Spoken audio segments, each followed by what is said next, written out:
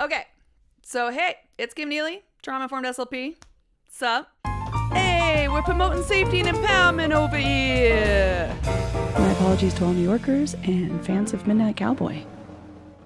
I'm doing a slightly more informal video here. It's geared really more toward actual speech language pathologists, this one, but I wanted to get a little better at doing like more casual videos that just deal with some topics that I see come up like on the SLP subreddit and other social media things. So just kind of like my thoughts on certain issues. I don't have thoughts on all issues in our field. So, because, you know, I have my own little hyper-focus lane. So most of this will be stuff about that. It might be interesting to parents of neurodivergence or adult neurodivergence themselves. It might be something of interest and something to like, for me to get your input. It would be great. So on the SLP subreddit last night, I noticed this comment or this thread. Is that what they're called? Anyway, this post, I guess it's called a post. I think so. By Rainy Day Lover Bee on buzzwords in our field. And it brought up something that I've been meaning to do in a video that I wanted to address anyway. So good time to try it. Let's give it a shot. And I'm going to read off part of it and I'll put some of it on the screen here too. But they said, I truly believe in dysregulation. However, I feel that a lot of SLPs throw this word around for any kind of behavior. No, the artic kid is artic, meaning articulation, isn't dysregulated because I said no candy during speech. We can't have it after. They threw themselves on the ground crying because they are never told no. And this brought up something that I wanted to talk about anyway, which is I agree. Dysregulation is overused. It's overused not just in our field, it's overused on social media as well. It's kind of become the overgeneralization of therapy speak in general, I think. It's one of those terms that gets used a lot. And in fact, if you go back to my Dehumanization in Science, I believe it was, podcast episode, I had to edit and correct myself because I called myself dysregulated when actually what I was feeling was emotionally upset by the material. So that's what I wanted to kind of talk about, is this difference between dysregulation and emotional upset, or like uncomfortable emotions, as I would want to call them. Because they are different things. And I think this is a very good point that we need to address. There is also some other things in this, like along the thread, I saw some things like tantrum versus meltdown. And also somebody mentioned behavior is communication as like a generalization. You know, they don't like it, the all behaviors communicative theory and stuff. So I'm going to actually address all three of these in this video, and hopefully I can do it well enough that I don't have to do a whole lot of editing. But if I get a little circuitous, forgive me, because the goal here is not to have to edit a ton the way I do for like the more formalized episodes that I've been putting out. In this article, they talk about what is dysregulation as a term. And the American Psychological Association defines dysregulation as any excessive or otherwise poorly managed mechanism or response. Now, in the field of psychology, they go on to say, usually emotional dysregulation is what's been studied the most and is really kind of focused on the most because it has a negative impact on well-being overall and like quality of life and stuff. So that's why we're getting a lot of the term dysregulation in general across a lot of different fields. I feel like it's probably bled off of the work done in the psychology profession and like cognitive sciences and such, okay? So in this article, they go on to describe emotional dysregulation, and they include four main aspects of it by Gratz and Römer, I'm going to guess Römer, in 2004, which is a lack of awareness, understanding, and acceptance of emotions, a lack of adaptive strategies for regulating emotions, an unwillingness to experience emotional distress while pursuing desired goals, and an inability to engage in goal-directed behaviors when experiencing distress. So those four aspects define emotional dysregulation. And they also reference this one article by D'Agostino and colleagues from 2017 that suggested that examples of emotional dysregulation include avoidance, rumination, denial, emotional suppression, aggression, and venting. So They're behavioral strategies that essentially make certain emotions a little worse or maybe cause unhealthy behaviors as ways of coping with those more uncomfortable emotions, okay? So I kind of like at the end of this article, they sum it all up as essentially saying emotions fluctuate, which is true. Emotions should fluctuate. There should be an ebb and a flow to our emotional state. But if you find yourself struggling with frequent strong emotions, I'm quoting from the article again here. If you find yourself struggling with frequent strong emotions that you can't seem to manage, you might be experiencing emotional dysregulation. Okay. So they do include negative emotions as one of their quotes, which I don't actually like saying. Some people say negative or bad emotions and good or positive emotions. I've tried to train myself out of saying that because I don't like the idea of moralizing the type of emotion we're having, because the emotion themselves, it's just a reaction to something that happened or something someone said. It's natural for us to have that emotion. And if we want to be more accepting and validating of our emotional like ebb and flow, I feel like we should also be less moralizing of like certain emotions. But I do call some emotions uncomfortable and or challenging. So what I mean by that is if you look at the emotion wheel, emotions that are just either uncomfortable in your body to feel or just challenging to cope with. So these are the ones we would consider like the negative emotions. And they're not really negative. They're just tough, you know? The things like when you feel angry or sad or afraid of something or confused or frustrated or just disgusted about something, like these type of emotions, they just make you feel ugh, right? They're like bleh, yuck feeling type of emotions. So they're just tough to go through, you know? They're still important. They're important to be able to acknowledge. It's important to be able to process them.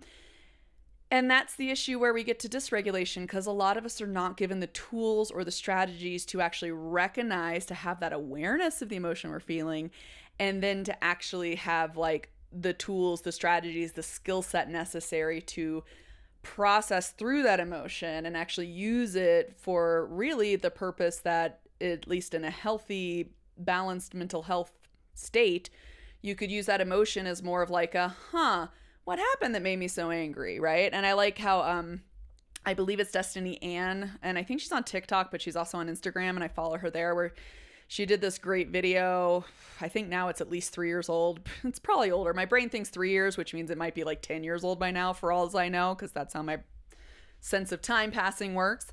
But she did that great video on like your anger is trying to tell you something, like a boundary has been crossed or somebody stepped over the line, and like the job is to like process that anger and try to use it to inform you about what happened, right? But not to like vilify that anger, right?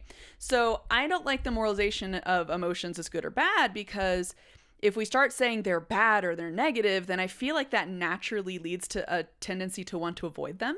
Like if you feel these bad emotions, it makes you a bad person. And that's not really the case at all. The truth is, if you feel challenging emotions, you're having challenging emotions and you're human, and that's okay. This gets at that idea of emotional validation versus validating behaviors, right? So like a lot of people don't like that idea of like all emotions are valid, and people are like, that's not really true. And it's like, I think what people are really getting at when they talk about that is that the emotions are valid. Yes, you can have whatever emotion you need to have. What is not valid is using your emotion as an excuse to mistreat somebody else or harm someone else or even harm yourself, right? The idea is essentially you can have an emotion. That's fine. Feel what you feel. But then you need to have awareness and the ability to process through that emotion so that then you don't just reactively behave off of that emotion. It gets at that, like, it can be an explanation, but it's not an excuse for mistreatment of others or causing harm to others, or ideally also not yourself either. Like, it would be great to have more healthy ways of processing this stuff, right? Now, I think dysregulation comes about a lot. Obviously, trauma, there have been researchers that have said essentially just like nervous system autonomic dysregulation is a really key symptom of PTSD, actually formally diagnosed PTSD. What I mean by that is essentially in the trauma literature, dysregulation tends to be your survival modes are getting activated a lot faster and a lot more intense and kind of hangs on a lot longer than they necessarily should, it usually leads to a decrease in awareness of what's going on, at least for your higher cortical thinking conscious area of your brain. It doesn't really exactly know why you're being thrown into such a survival mode, such like a major upheaval with the adrenaline and all of that stuff pumping through you, you know? So that's from the trauma literature, is that the idea is the emotional memory, the subconscious emotional memory is getting triggered because of a past threat. It is now being triggered in the presence of anything that's even slightly reminding that emotional circuitry, that memory of that threat. And so it's kind of interpreting, it's like overgeneralizing, overinterpreting everything as a threat, essentially, even if it's just a little bit related, right? This gets at the idea of, like, classic example being veterans who have been in a war zone being triggered by 4th of July fireworks because they sound like gunshots and or bombs going off, right? And so their conscious brain knows they're not in a war zone anymore, and this is a holiday where there's a lot of fireworks, and that's just a natural thing that happens, and it's normal, and you're safe. But their system, their nervous system, and their amygdala area of their brain and their sympathetic fight, flight, or freeze response in their body is very highly activated because that emotional memory is saying, this is potentially dangerous. These sounds sound like a threat, right? So that's the idea behind dysregulation when it comes to trauma literature. I think you can have emotional dysregulation as well if you're doing a lot of avoidance behaviors. I don't know which one is chicken or egg here, because I do think, at least in certain, or I guess in mainstream, American culture in the United States, a lot of people are taught to avoid or suppress these emotions, you know? A lot of people are taught like it's not good to feel that anger or that fear or whatever, right? We're taught to like either push through it or like ignore it, right? And not really given time or space to process those emotions. And so I think that's where we get into that issue. So let's apply this, now that we've sort of described this, let me apply this a little bit to the situation that this SLP was talking about, which was the case of a kid in therapy who was having an issue with being told, no, they can't have candy. In this thread on Reddit, what they were talking about is this kid who essentially threw what people would call a tantrum, like kicking and screaming and crying on the floor because they got told they can't have candy in their speech session. And basically the kid was told they have to wait for it. They can have the candy after, they just can't have it right now. And the kid like threw a huge fit about that. Okay. And people were saying, oh, this kid is just dysregulated. We got to calm them down, blah, blah, blah, blah, blah. So that got into this discussion of a tantrum versus a meltdown, which is a really important thing to talk about when it comes to emotional comfort, like whether it's like an emotional upset or if we're talking about dysregulation, because meltdowns are definitely from a dysregulation, like a complete loss of control, a loss of awareness of what's going on. Like I have meltdowns and anxiety attacks, so I definitely know what it's like to have those things, and it really is a true disconnect going on there.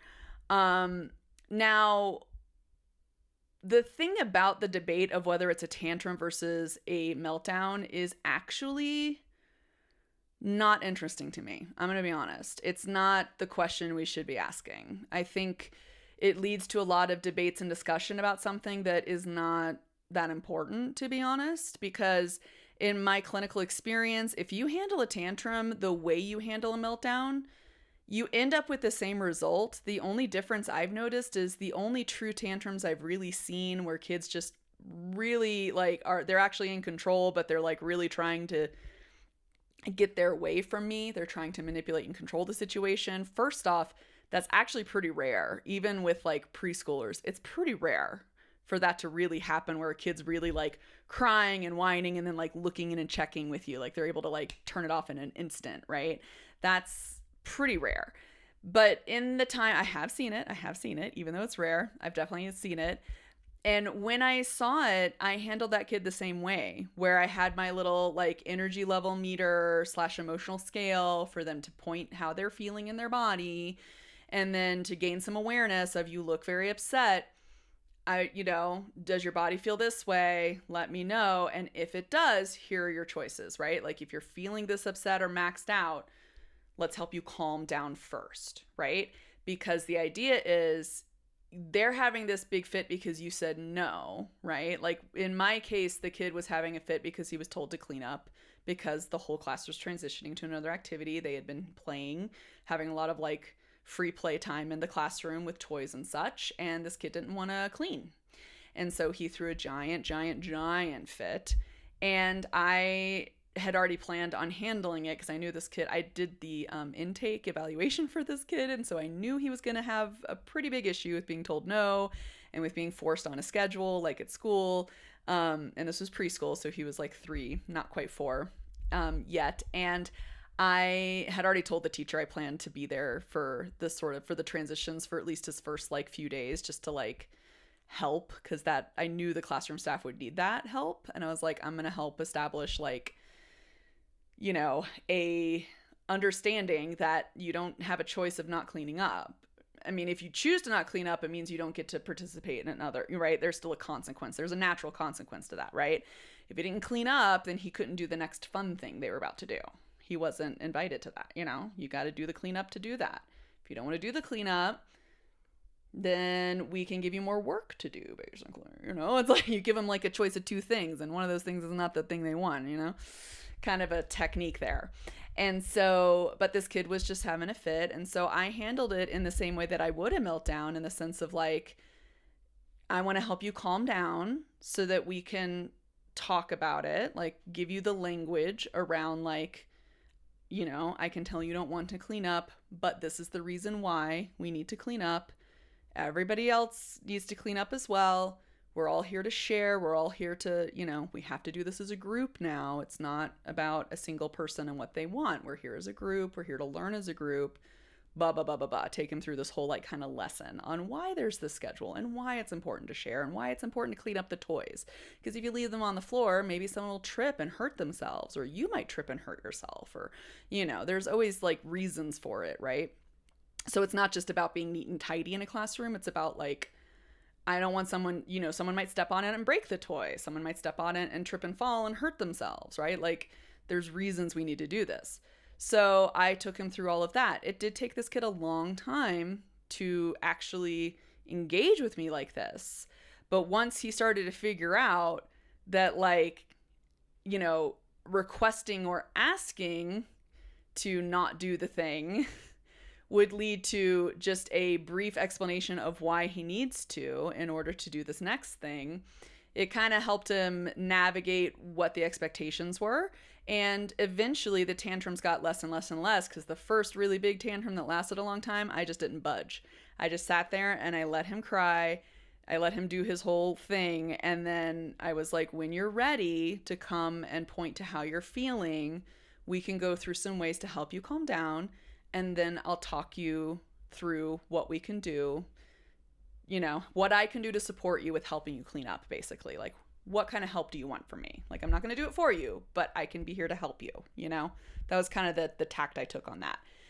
Now, I think that is, it took a long time. And if I had not had skills to regulate myself, it would have been pretty hard. It would have been pretty dysregulating for me. And especially, that's why I wanted to be there for that kid, because like school staff in classrooms, they often do not have that kind of time. And I was like, I'm just going to do this and count it as IEP minutes, like just some additional minutes that I banked with this kid, because they're going to need it for the transitions.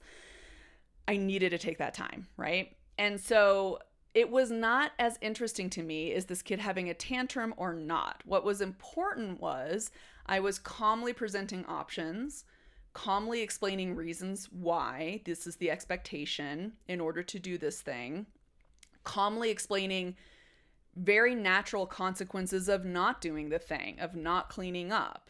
You don't get to join the group with their next little activity over here. I think they were making pancakes or something. It was something really cool. They were doing like a cooking lesson kind of thing. So he wanted to do that, right? And it's like, well, you don't get to be if you don't do the cleanup. You got to do that first, right? And being there to support him with the things that, you know, if the cleaning seemed overwhelming or hard, I would help him with it, right? But if that was part of it, I was there to support and help him, but I wasn't going to do it for him. And I just sat and I waited for him to join me with where I was, basically, and to help him. And the reason it wasn't important to me whether it was a tantrum or not is that little kids I don't expect them to be that aware of their emotions. They're like 3-year-olds, you know? I don't expect them to really have a lot of awareness of what's going on in their bodies. I don't expect them to be able to tell me how they're feeling. I don't honestly expect that very much. So it can all become a lesson, whether it's a tantrum or not. I'm going into a lesson of these are the kind of feelings you could be feeling. Maybe it's just an energy level in your body. Maybe your body just feels uncomfortable. And let's talk about that. I'm going to give you the ways to tell me about that, whether it's visually pointing to things or whether it's saying it. And I want to give you ways of helping your body calm down a little so that then we can start to understand why we want you to do the cleanup, why you need to do the cleanup, what your options are with that cleanup. Would you like some help or not? You've got to communicate that, right? How can we support you with this? Learn to kind of advocate, that kind of thing, right?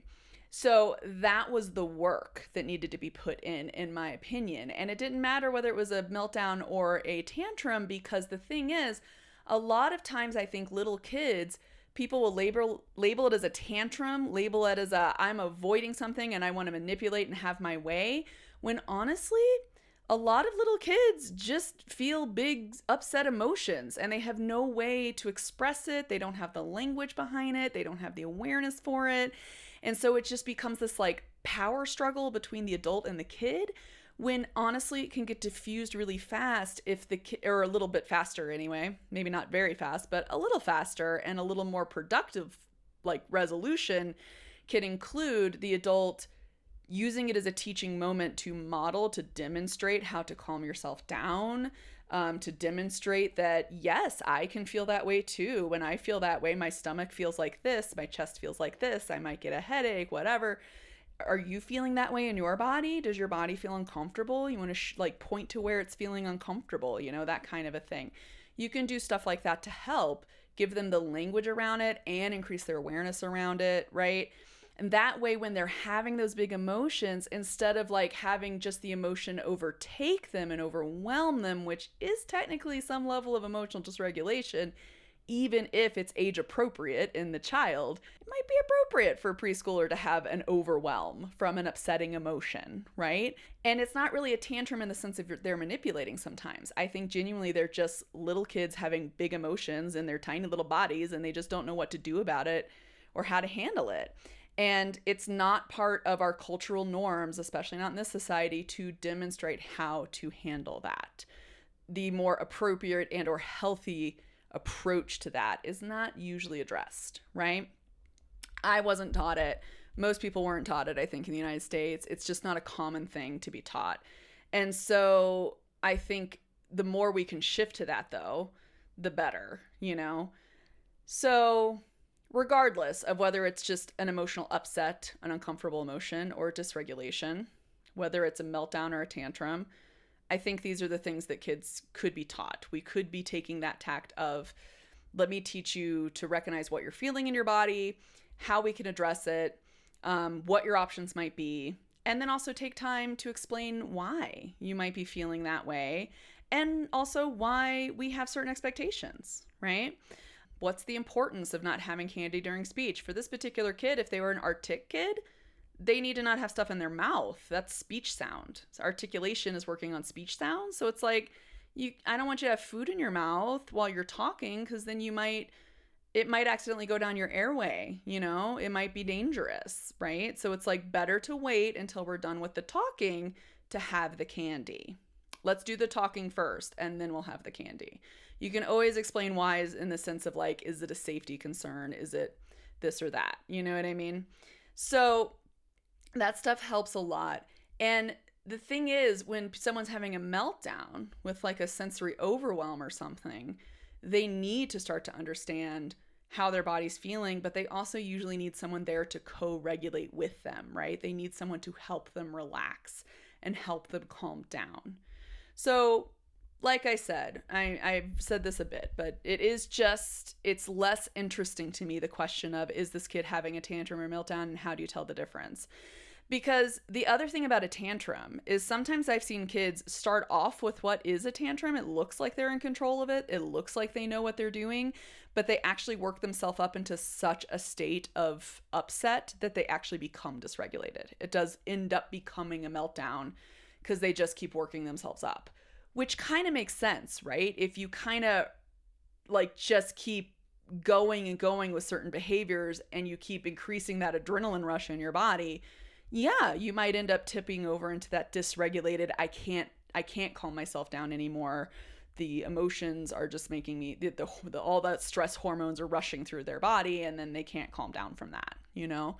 So less interested in whether it's a tantrum or not, more interested in actually let's just give them more of the like awareness and language and modeling of how to calm down so that we can have better and more effective conversations or teaching moments around what the expectations are, why we have those expectations, and if they need some help transitioning into new things, what help do they really need? What help I want them to be able to tell me in some way, whether it's using visuals or pictures or their body to show me or their voice.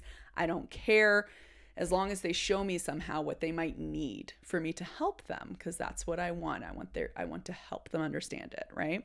And as a communication person, I want them to be able to advocate for their needs as much as possible. So this also gets at that whole discussion of communication or behavior being communicative. That whole thing of like, dysregulation is so grating. This is what this person said. I believe it was Fearless Cucumber 404, which I kind of love. I don't know if Reddit assigned that or not, but that's kind of a fun name.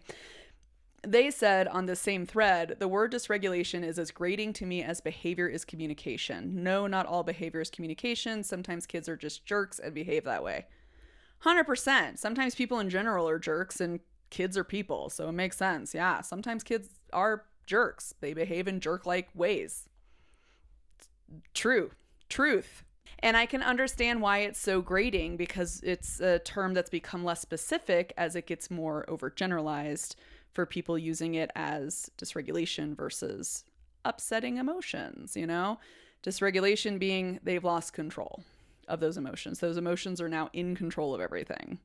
And the emotion, I call it, it's sort of like when I ever have a meltdown or something, it's like my emotional system has hijacked my body. Okay. Like I'm not in control anymore. It's coming from some other part that's not my conscious brain, essentially. And it's not listening to this. I can't make it stop on just using thought alone. I can't do it. I've lost that control. And like I said, like with little kids, like toddlers, preschoolers, I don't expect them to have that much control, you know? Their control's only going to be so much. They're probably going to need a lot of help and adults around to help them model and understand how to calm down just in general. Cause like, you know, it's going to be a continuous process as they grow and learn, because their little tiny brain can only do so much at one time, you know? They're little kiddos. We gotta give them a little bit of a break. And if they're acting like a jerk, it does suck. And you do need to learn that there are natural consequences for acting like a jerk. It's not great. It's not a healthy way of doing it. And it's not an excuse just because you're upset. You don't get to like hit somebody or throw blocks or like do any of that stuff just because you're upset. That's not a valid reason to do that. Okay. Only valid reason probably to hit somebody is if you're actually defending yourself due to an attack, which means it's a valid survival response, perhaps.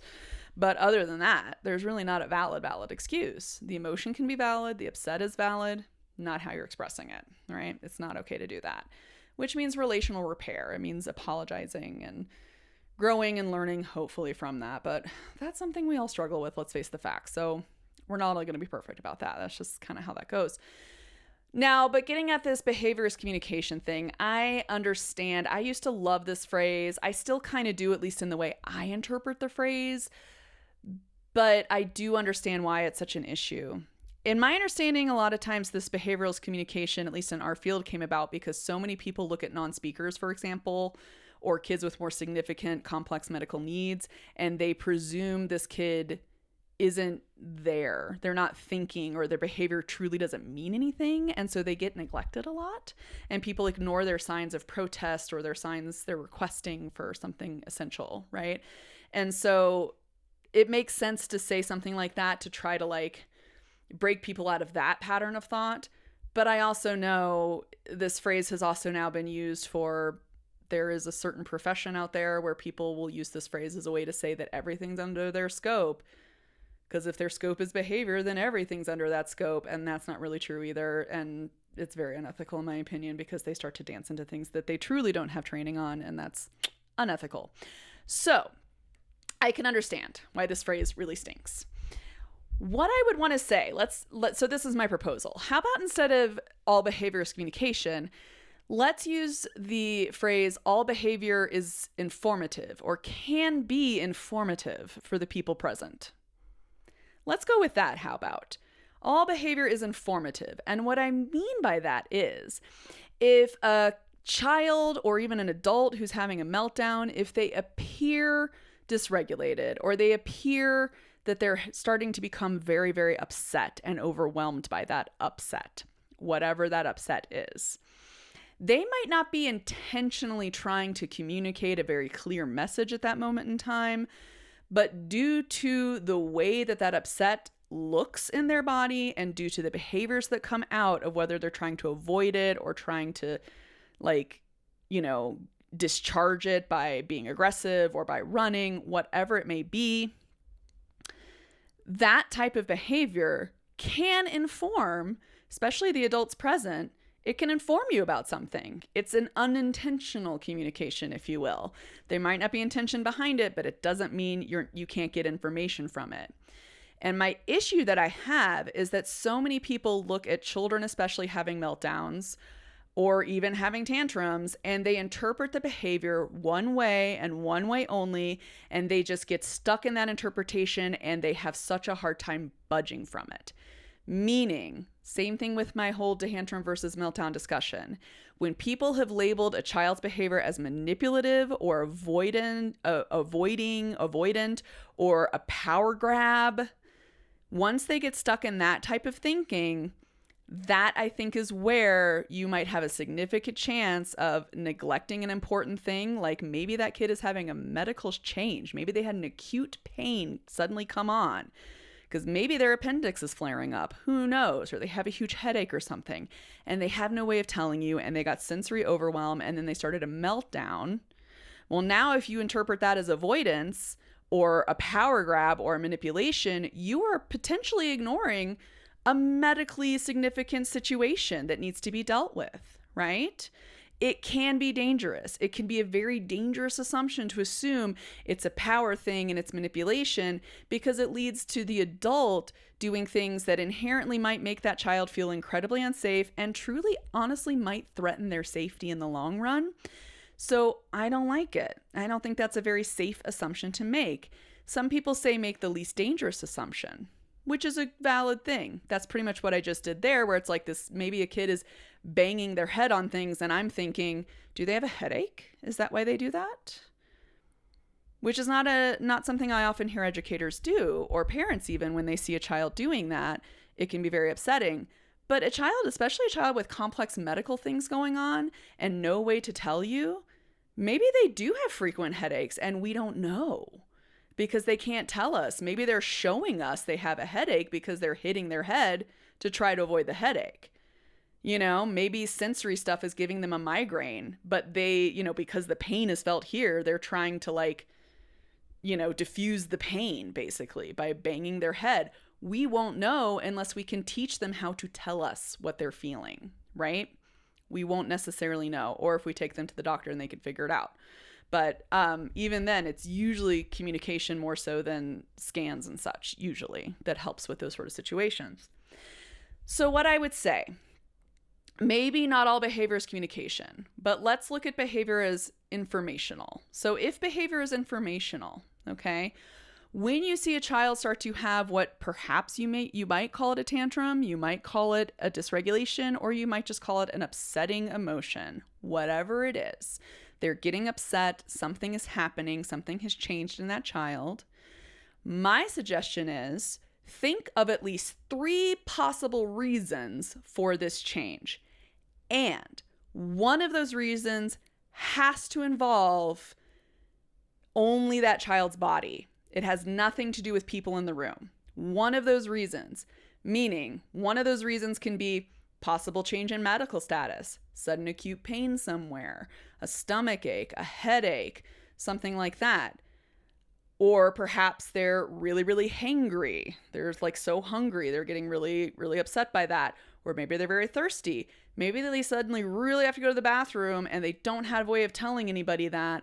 And now they're really upset because somebody said, no, they can't do that thing. Or somebody saw them run toward the toilet. They thought they were avoiding a task, but the kid was like trying to show them, I really need to use the bathroom. And it's like painful, right? And now they're having a meltdown because it's like, what are they supposed to do? They need to go to the bathroom, right? Whatever it may be, one of those things needs to be the reason. One of those three things needs to involve that person's body. Maybe their body's getting overwhelmed because the lights are too bright. Maybe there's too much sound in the room. Maybe they can hear the buzzing of a fluorescent light that you can't hear, and it's really, really, really bugging them, and they just can't take it anymore. One of those reasons has to be that. Okay? So that's what I would say. Take the time to calm yourself down and actually try to think through what are at least three possible reasons, particularly for non-speaking children, particularly. And there are a lot of children that when they become overwhelmed, they can't communicate anymore. They need usually visuals or some way to help them communicate because they might not be able to access spoken language very well when they're upset or when they're in meltdown. I can't talk very well when I'm in meltdown. So it happens. It definitely can happen. But that's what I would say. Behavior is informative, and it's the adult's responsibility, the caregiver's responsibility to try to reason and think through why those behaviors might be happening with more than just one thing. At least three things. One of those things has to not involve another person in the room. And the more people practice that kind of thought process, I think we might see people thinking very differently about the types of behaviors they're seeing, particularly among neurodivergent children. It's a whole nother soapbox about non-speakers and how much they need access to robust communication modalities that allow them to tell people about what's going on in their body. If they have some sort of medically important thing to tell someone, if they have a really important physiological need that's not being met, yes, we definitely need to do that so much. But if we're only looking at their behaviors as either avoidance or manipulation or power tripping somehow or trying to gain power or testing boundaries, whatever we look at it through that, if we only look through that lens, they're never going to get access to those modalities. And even if they have access to it, they're very unlikely to be motivated to use it with you because you've already made your determination. You're already treating them in a certain way. Why are they going to trust that you believe what they say or what they showed you or what they use their device to tell you?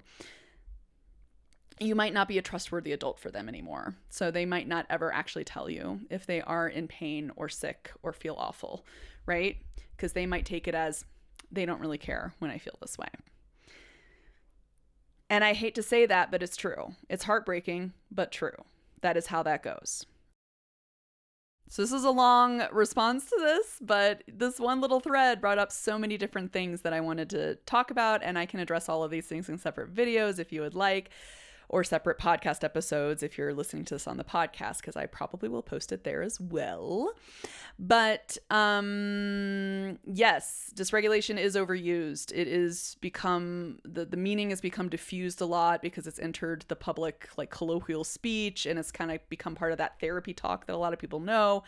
And so, yes, people are overusing and overgeneralizing the word dysregulation. And even myself, I can sometimes do it, especially being someone who went through her own trauma therapy. You go from being dysregulated to just being more like emotionally upset about things sometimes.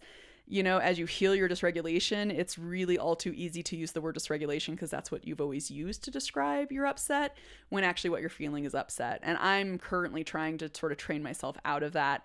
And you can hear an example of it when I believe on my dehumanization in science episode, I had an example of overusing that word and ended up having to edit and correct myself. But dysregulation, appropriately, emotional dysregulation means the emotion has overtaken someone's body. They are out of control of their body. They might be consciously aware of what's going on, but they cannot really tell you things. The conscious brain isn't really very well connected to the emotional center, and they have all the stress hormones, the adrenaline, all that stuff starts to rush through their body, and that starts to take over, essentially. That's dysregulation. People can also have emotional upset, which it means you're having what I would call an uncomfortable emotion, if we want to take apart the moralization of emotion, whether it's good or bad. Not as interesting as, to me, we do have emotions that are uncomfortable to feel. Disgust, anger, sadness, that kind of stuff, right? And those uncomfortable emotions, it's valid to have those emotions, but a lot of us aren't given the tools to process them and to really like work through those emotions and start to understand why we're having those emotions. Most of us are taught, at least in the United States, and I'm pretty sure in other countries, a lot of us are taught from a young age just not to feel those emotions, to either avoid them or discharge them by usually taking it out on other people or doing something that's harmful to ourselves. And that is the issue there. That is where like we have to learn to start to honor and respect these emotions, because emotions are valid, but the behaviors you do based off of the emotions are not always valid or healthy, right? So you can have an upsetting emotion, but then using that emotion as a way to justify to yourself harming someone else is not valid. Okay? The emotions are a reason, but they are not an excuse for mistreatment of others, and also really not for yourself either, although it is sometimes very difficult to take care of yourself in that sense. So there is that issue there. That said, whether or not neurodivergence, particularly non-speaking, like especially little kids or medically complex kids in general, are having a tantrum versus a meltdown, I think that's not that important of a question. What's far more important is to recognize and realize that regardless of what's going on, the child is upset. And while not all behavior is communication in a certain sense, behavior is informative, can be informative. And what is more important for adults in the room, for caregivers in the room to do, is to think through possible reasons that this emotional upset is occurring and then addressing it appropriately. So if you handle a tantrum the same way you would a meltdown, the same way you would a dysregulation, if you handle emotional upset the way you would dysregulation, it can lead to the same result. But it is a process of allowing that child, or teaching that child, demonstrating to that child how we recognize what we feel in our body, giving them some sort of communication modality to explain it, to show, to agree or to point to how they're feeling, what their energy level is in their body, and what they might need to help them calm down, so then they can listen and they're in more of that learning mode, essentially, of like that sort of like in control, conscious learning mode, I will say, because we learn in emotional modes as well. But what we tend to learn in survival mode is survival. We don't tend to learn really detailed stuff like we put up the toys in the classroom so people don't trip over them and so that we can continue to share them. People don't break them by stepping on them.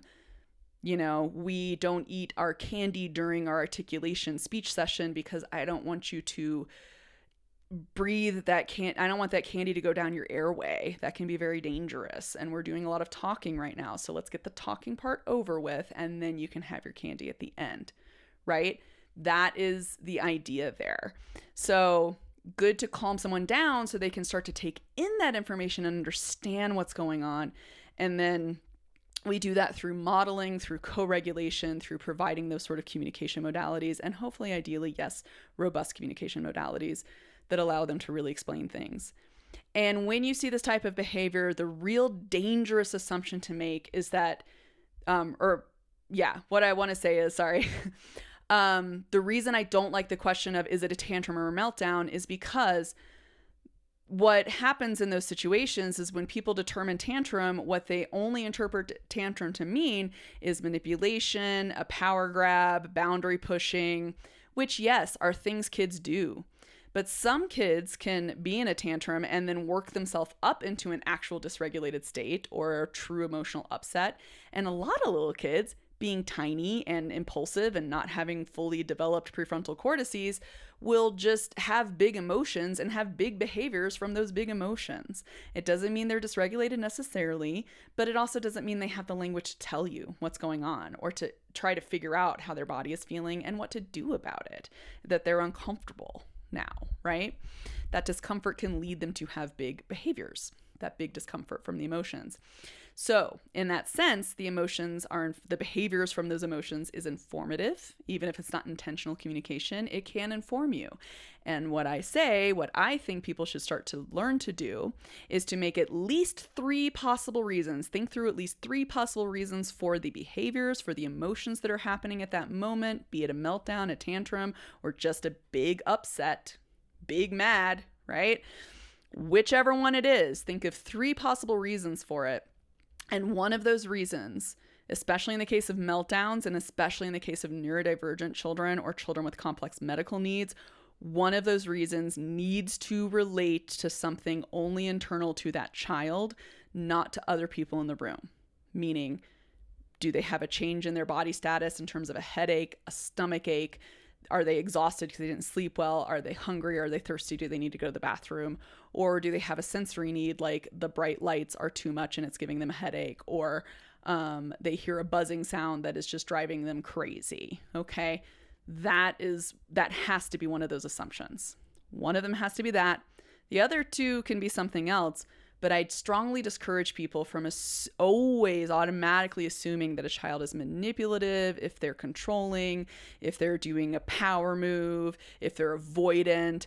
I don't like those assumptions because those assumptions are the ones that oftentimes, especially in the case of neurodivergent children, and particularly with non-speaking neurodivergent children, those are the assumptions that often lead to unintentional mistreatment of that child in the form of neglect, particularly when it comes to medical needs, when it comes to actual physiological shifts that do need to be addressed, particularly by medical staff. So that's my big suggestion there. That's my mini points that came from this tiny little thing.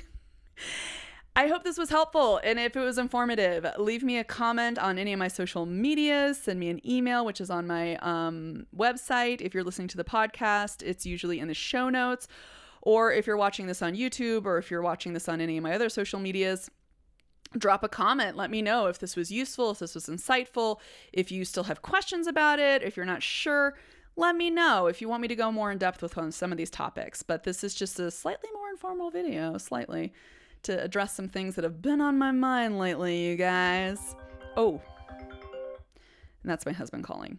Slightly on my mind, you guys. Anyway, take care of yourselves, treat yourselves kindly with compassion and respect and all of that, and I will get back to you next time. Bye, guys. Keep it weird. What up?